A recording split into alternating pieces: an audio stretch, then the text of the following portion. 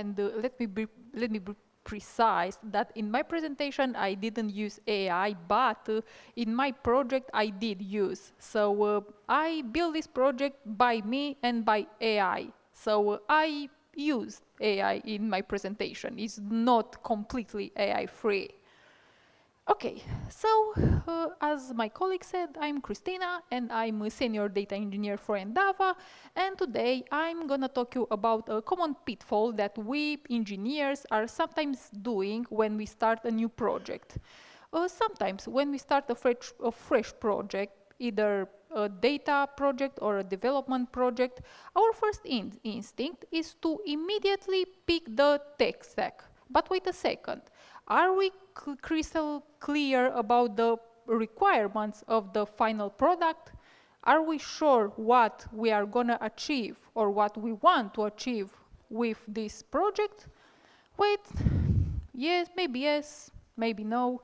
As far as I can say, one of two things usually happens. Either we don't fully understand the requirements of the final product and we keep designing and redesigning and accumulating technical debt, or we understand the final project, but we end up building an architecture that is too complicated and too complex to maintain.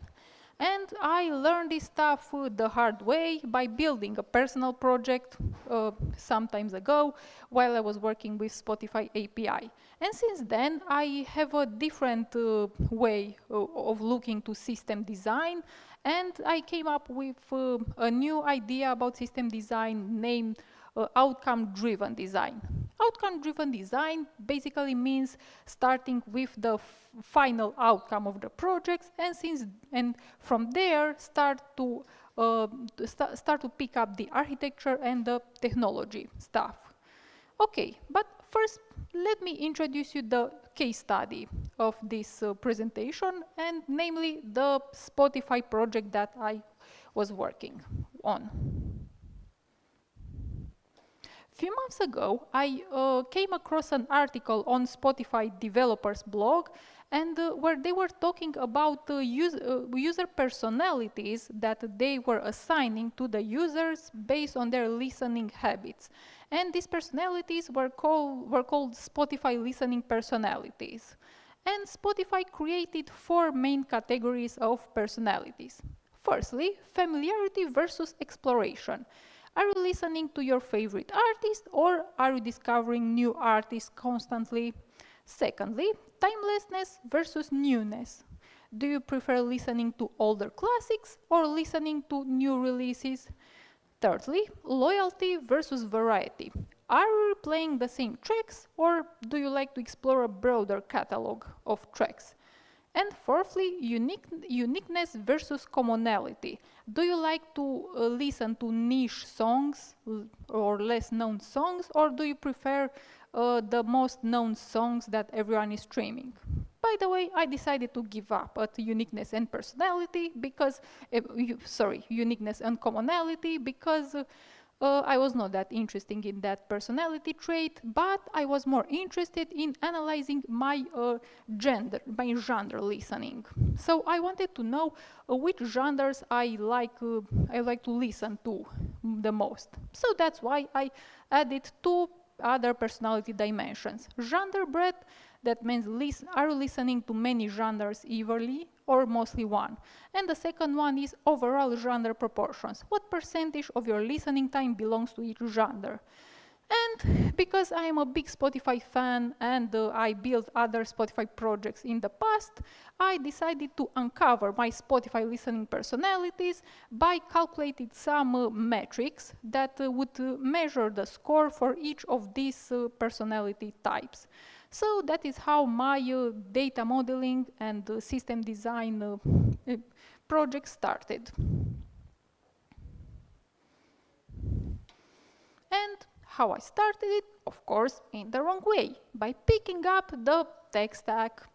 So I picked the Spotify API, Menayo, PostgreSQL, Apache Superset, and Airflow. And the architecture was as follows. I was calling Spotify API in order to fetch data about my recently played tracks and their artists. and I stored the raw results as JSONs and Menio, and after that I transformed the JSONs into tuples and loaded them in PostgreSQL tables. After that I calculated weekly scores and stored them in tables. And I created and updated weekly dashboards in Apache Superset. Everything was orchestrated in Airflow within Docker, and the whole project was written in Python. And I forgot to mention that I wanted to calculate scores for each personality on a weekly basis. So my scores were calculated every Monday, and after that I would put them into dashboards in order to analyze my evolution scores from week to week. But the data about my recently played tracks were collected daily. And no, this was totally not maintainable. And why? Of course, at the first sight, this architecture looks stable, but when you look closer, what do you notice? It's too fragmented.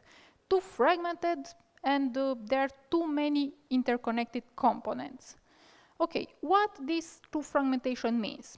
In short term, it's maintainable, especially since the engineers that created it are over there in order to supervise it. But in the mid to long term, the things get complicated because it becomes more and more difficult to maintain, and when there are any problems either in the workflow or in the data that the workflow produces, the errors becomes more and more difficult to debug. Moreover, when we have new engineers in the team, they will need more onboarding time in order to grasp the entire architecture. So that's why the fragmentation and over-engineering, it's a no-no in architecture. So I decided to eliminate it. And in order to eliminate this over-engineering, I needed to restart almost from scratch.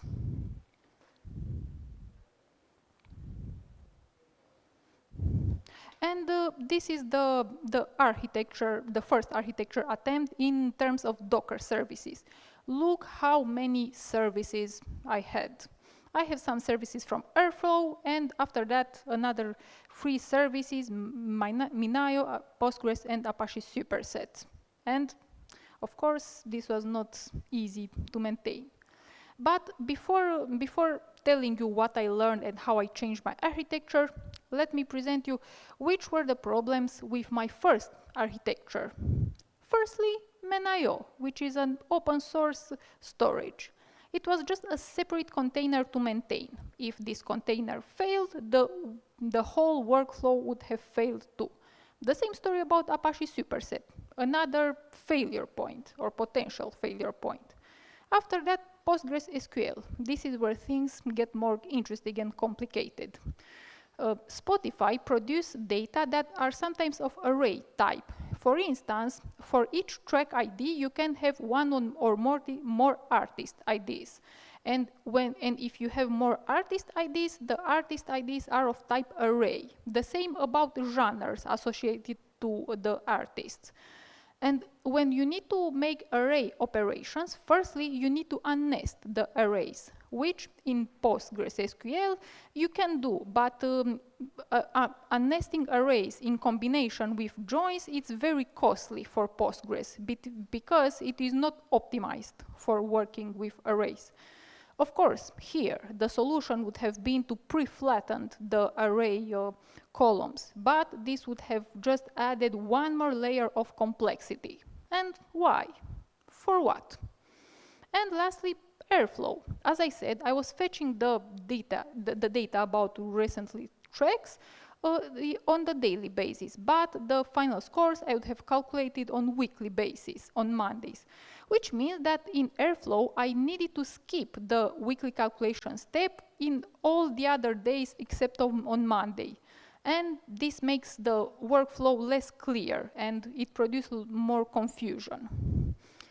So that's why I decided to change the approach and to focus on outcome-driven design approach. And how I did this?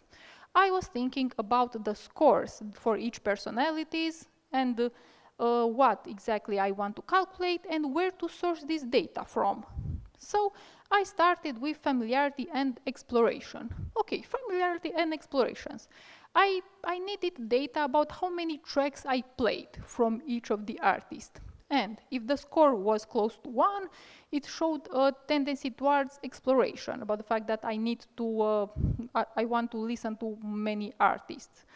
And of course, a score equals to 1 would mean total exploration, meaning that you listened each artist only one. This would have been funny, by the way. And a score close to 0, it shows a tendency towards familiarity. And I needed to obtain the data about tracks from Spotify API and to store them into a table. And firstly, to store the data as raw data, and after that to transform them in columnar data. And I needed to create a new table called Spotify tracks, which would have stored the JSON, the data after JSONs. Okay, loyalty versus variety. Which data I needed for it? Data about the number of times each track was played compared to the total listening tracks for a week. A score close to 1 means that you only listen to one track the entire week, which is maximum loyalty. And a close equals or close to 0 meant a tendency towards variety. So I needed the data about the number of times each track was played, which I could source from the same table that I've just created, that was storing data about recently played tracks. Timelessness versus newness score. This score I calculated based on the difference between the play date of each track and the album release date for that track. And close to 0 means a tendency towards newness and tendency towards timelessness, sorry, and close to 1 means tendency towards newness. So I needed the data about the album release of each track, which I could find easily in Spotify track data, the table I've just created. Genre breadth. Here I needed data about the genre of each artist. And if the score was close to 1, it meant that you listened every genre equally. And close to 0 means you listen to just one genre. And I needed to fetch data about the artists, especially the artist genres. And for this one, I needed a new Spotify API call in order to obtain the artist data, because the artist data were not contained in the details about fetched tracks. And finally, genre proportions measure the proportion of time I listen to the same genre. And I needed the same data as for genre breadth. Okay, so far so good. So I decided to base my calculations, my weekly calculation on these Spotify tracks and Spotify artist tables, but something was still missing, because basing a weekly SQL on these tables would have resulted in a too complex SQL, and also if sometimes the things get worse, it means that it will need more time to debug, and sometimes the calculations can go wrong, because recomputing a week in the past can go wrong if the SQL query is too complex and the people are not clear about what it does. So I decided to introduce a new layer of tables, and these were the daily tables that stores the statistics about artists and tracks and genres daily. So after I fetched the details about the tracks and artists, I was performing some calculations based on them, and I obtained daily track stats, which contain statistics about each played track, such as how many times it was played in that particular day, and also about album release date. Also about daily artists. I stored the daily statistics about each played artist, such as how many tracks from the same artist were played, and the total number of tracks for that artist, and about daily genre stats, how many times each particular genre was played in that particular day. And these daily tables became the foundation for my weekly calculations. And the result was much more cleaner and SQL far more easier to understand. And I was saying to you before that PostgreSQL was not a great choice for operations and for SQL because of that array part. So I searched for another database and I found BigQuery. That was the perfect fit. BigQuery is totally optimized for working with arrays, and it contains also some functions that making working with arrays easier. So I decided to use BigQuery and to harness all its benefits. And a part of working with arrays, it helped me to remove the Menio dependency because I was not storing the JSONs in Menio but directly into a table in BigQuery. And about that Airflow part with weekly calculations, it helped me here too, because BigQuery contains a tool called scheduled queries that allows you to create scheduled queries and schedule them for a particular time. And I removed the part where I was calculating the weekly calculations in Airflow. I removed this part from Airflow and created these sequels in some scheduled queries in BigQuery. And I scheduled the queries for Monday. So look how many benefits BigQuery provides. And this is the final data model that I obtained. In bronze layer, the data related to JSONs were contained. So I had the raw JSONs fetch data, which I introduced firstly in staging tables and after that moved into the Spotify tables. After that, the silver layer contained the JSONs transformed in columnar data and stored into Spotify artists and Spotify tracks. And what I have here additionally is that gender normalization table. And when we listen to Spotify, Spotify has too many genres and too many small genres that almost no one heard about. And going forward with these small genres would have just resulted in some very fragmented dashboard. So I didn't want this. That's why I decided to perform a mapping between these small Spotify genres to some bigger genres. For instance, to pop or blues or alternative. And this table, gender normalization, contains exactly this mapping between the small genres and the big genres. And I, of course, use the big genres for the dashboards. And the golden layer. The golden layer was containing the daily tables that contain the daily calculations and, of course, the weekly calculations. And this is the Airflow DAG that I obtained. So in the Airflow DAG, as you can see, firstly I collect the recent played tracks and after that I insert them into the silver layer, and after that I perform some data quality on them in order to assure myself that the data are correct before performing the calculations into the golden layer. And only after that I perform the calculations in golden layer. And I also collect the Spotify artist data and ingesting them into the silver layer. I perform the same data quality stuff and data quality on genre mapping. And I perform the daily calculations into the golden layer. And the last but not least, the data visualization tool. As I was telling you before, I was working with Apache Superset. But BigQuery and GCP in general offer me Data Studio or Looker Studio because now the name was changed. And I was creating all my dashboards in this Data Studio, and I removed totally the dependency on Superset. And I will show you my personality metrics in a minute. And this is my second attempt of architecture in terms of Docker services. What do you think? Remarkably simple and much more clear. Now I have only the services related to Airflow. that Airflow is orchestrating BigQuery in Docker. So if Airflow breaks, you have just one component in order to analyze and debug. So this is the result of the outcome-driven design. Much more simplicity and clarity.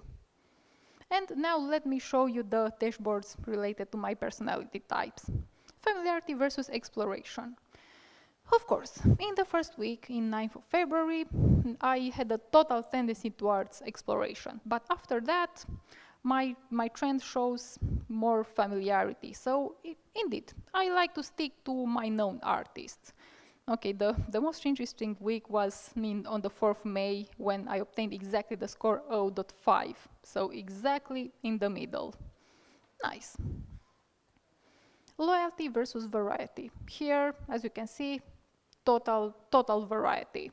I like to listen to more tracks, even if sometimes I replay some tracks. Timeless versus newness. So, as I expected, I like to listen to older songs, older than 6 months. Not really old, but older than 6 months, which is old enough in terms of Spotify. Like, look, in all the weeks, the score is 0 or almost 0. Genre breadth. In terms of genre breadth, I like to listen to more genres, not just to one or two. But here, I encountered a limitation. Look, on 30th March and 20th April, the score is 0. But no, not because I listened to one genre, but because I had no data for genres, because Spotify is silently decommissioning the genre field on the artists. I don't know why, but they decided to eliminate the details about genres on the artists. So in those weeks, for all the data, I had 0. I had 0 data with genres for an artist. And also on 11th of May, the score is exactly 1. Yes, because it showed me that I listened to only 2 genres in equal proportion, which was not true, because when I looked at the data, I see that I listened to many artists, but most of them had no genre assigned. Unfortunate, but this was good enough in order to discover my preferences towards genres. And last but not least, about the genre proportions, and I calculated the genre proportion for the whole period while I was doing the project. And I discovered that my favorite genre is rock, followed by alternative and indie. I was not surprised by the first place, but definitely on the second and especially on the third place, I was astonished because I didn't expect that I like to listening to indie that much. And these are the results of this new architecture attempt. So look which beautiful architecture this outcome-driven design created me, and which clear. So that's why I think this is a very good approach when working with new projects. So that's all from my presentations. Now, if you have any questions, feel free to pose me. And also, if some of you want to make some projects with Spotify API and are searching for someone to do it, just you can come to me, because I like very much to work with Spotify API. So thank you very much. Thank you, Cristina.